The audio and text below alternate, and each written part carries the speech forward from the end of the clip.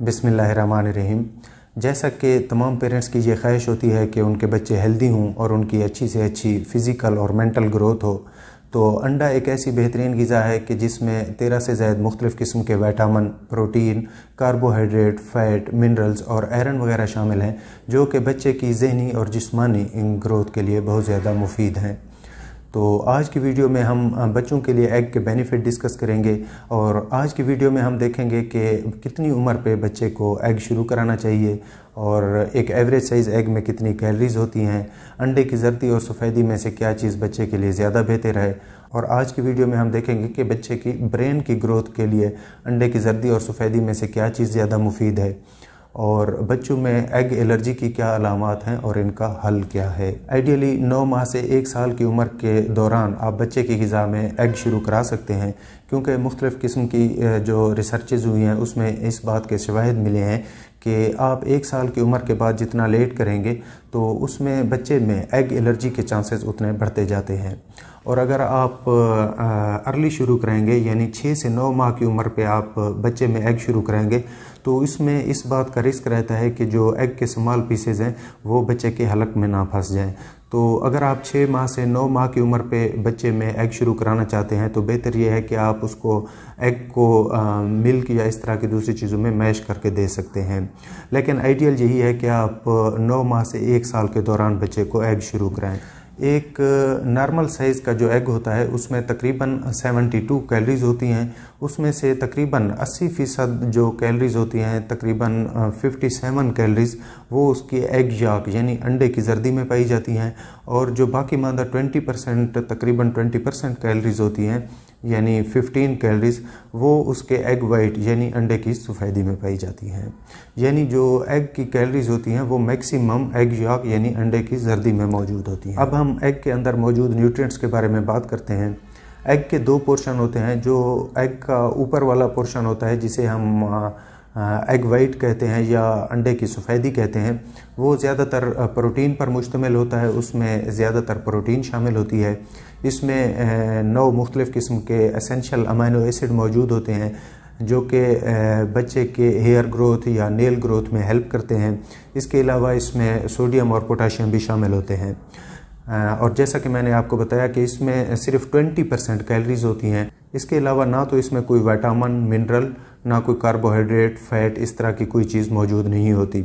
इसलिए एक तो इसमें कैलोरीज कम होती हैं, दूसरा इसमें मुख्तलिफ़ किस्म के न्यूट्रिएंट्स भी कम होते हैं। इसके बरक्स जो एग का इनर पोर्शन होता है जिसको हम एग यॉक भी कहते हैं या अंडे की जर्दी भी कहते हैं, उसमें जैसा कि मैंने आपको बताया कि कैलोरीज़ की भी अच्छी खासी मिकदार मौजूद होती है। 80% कैलोरीज़ जो एग की 80% कैलोरीज़ होती है वो इसी एग यॉक में मौजूद होती है और इसके अलावा विटामिन्स की अच्छी खासी मिकदार भी इसी एग यॉक के अंदर मौजूद होती है। मुख्तलिफ़ किस्म के विटामिन्स, मिसाल के तौर पर vitamin A, vitamin B complex, vitamin D, vitamin E, vitamin K, ये अच्छी खासी मिकदार में अंडे की जर्दी में मौजूद होते हैं। इसके अलावा मिनरल्स, मिसाल के तौर पर कैल्शियम, मैग्नीशियम, सेलेनियम, ये भी अंडे की जर्दी में मौजूद होते हैं। आयरन की भी अच्छी मिकदार अंडे की जर्दी में मौजूद होती है। ये सारी चीज़ें अंडे की सफ़ेदी में मौजूद नहीं होती, लेकिन अंडे की जर्दी में इनकी अच्छी खासी मिकदार मौजूद होती है। इसके अलावा एक और अहम न्यूट्रिएंट कैरोटीनॉइड्स जो कि अंडे की जर्दी में मौजूद होता है, वो बच्चे की विजन के लिए बहुत मुफीद होता है। अंडे की जर्दी के अंदर एक इम्पॉर्टेंट फैटी एसिड जिसे हम ओमेगा 3 फैटी एसिड या DHA कहते हैं वो मौजूद होता है, जो कि बच्चे की ब्रेन की ग्रोथ के लिए बहुत ज़्यादा यूज़फुल होता है, जिससे बच्चे की ब्रेन की ग्रोथ होती है, बच्चे की मेमोरी बढ़ती है और बच्चे की ज़हानत में इजाफा होता है। इसके अलावा अंडे की जर्दी में एक विटामिन लाइक सब्सटेंस जिसे हम कोलिन कहते हैं वो भी मौजूद होता है, जो कि बच्चे की ब्रेन ग्रोथ के लिए बहुत ज़्यादा अहम किरदार अदा करता है। अंडे की जर्दी के अंदर फ़ैट भी अच्छी मिकदार में मौजूद होता है। इसमें सैचुरेटेड और अनसैचुरेटेड फ़ैट एक अच्छे बैलेंस के अंदर मौजूद होते हैं, जिसका फ़ायदा ये होता है कि बच्चे ओबेसिटी यानी मोटापे के रिस्क से भी महफूज रहते हैं। अंडे की जर्दी के अंदर कोलेस्ट्रॉल भी अच्छी खासी मिकदार में मौजूद होता है। एक आम मिथ ये है कि कोलेस्ट्रॉल सेहत के लिए अच्छा नहीं होता। यहाँ मैं आपको ये बताता चलूँ कि हमारी बॉडी के अंदर 2 किस्म के कोलेस्ट्रॉल होते हैं। एक वो जिन्हें हम गुड कोलेस्ट्रॉल कहते हैं और एक वो जिन्हें बैड कोलेस्ट्रॉल कहते हैं। जो गुड कोलेस्ट्रॉल होते हैं, जिन्हें हम हाई डेंसिटी लिपोप्रोटीन भी कहते हैं, ये जो दूसरे बैड कोलेस्ट्रॉल होते हैं उनको बॉडी से एक्सक्रीट करने में भी हेल्प करते हैं। जो एग यॉक है इसमें भी ज़्यादातर मिकदार गुड कोलेस्ट्रॉल यानी हाई डेंसिटी लिपोप्रोटीन की होती है। जैसा कि मैंने आपको बताया, जो अंडे की सफ़ेदी है या एग वाइट है उसमें सिर्फ प्रोटीन, अमीनो एसिड या सोडियम पोटाशियम शामिल है और उसमें कैलोरीज भी कम होती है। लेकिन जो एग यॉक है या अंडे की जर्दी है उसमें मुख्तलिफ़ किस्म के सब्सटेंस, मिसाल के तौर पर कोलिन या ओमेगा 3 फैटी एसिड और DHA या विटामिन B12 शामिल होते हैं। ये तीनों चीज़ें बच्चे की ब्रेन ग्रोथ या ब्रेन की डेवलपमेंट के लिए बहुत अहम होती हैं।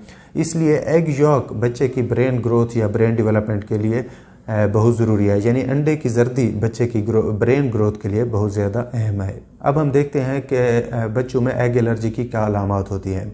अगर अंडा खाने के बाद अगर आपके बच्चे के जिस्म पे ख़ारिश होना शुरू हो जाए, जिस्म पे निशान बने, जिस्म में खुजली हो या सांस लेने में तकलीफ़ हो, खांसी होना शुरू हो जाए, उल्टी हो, कै हो, लूज़ मोशन स्टार्ट हो जाए, तो ये एग एलर्जी की अलामात हैं।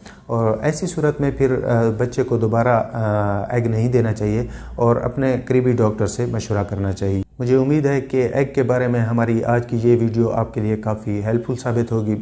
नेक्स्ट टाइम इंशाल्लाह किसी और नई वीडियो, नए टॉपिक के साथ दोबारा हाजिर होंगे। टिल देन, अल्लाह हाफिज़।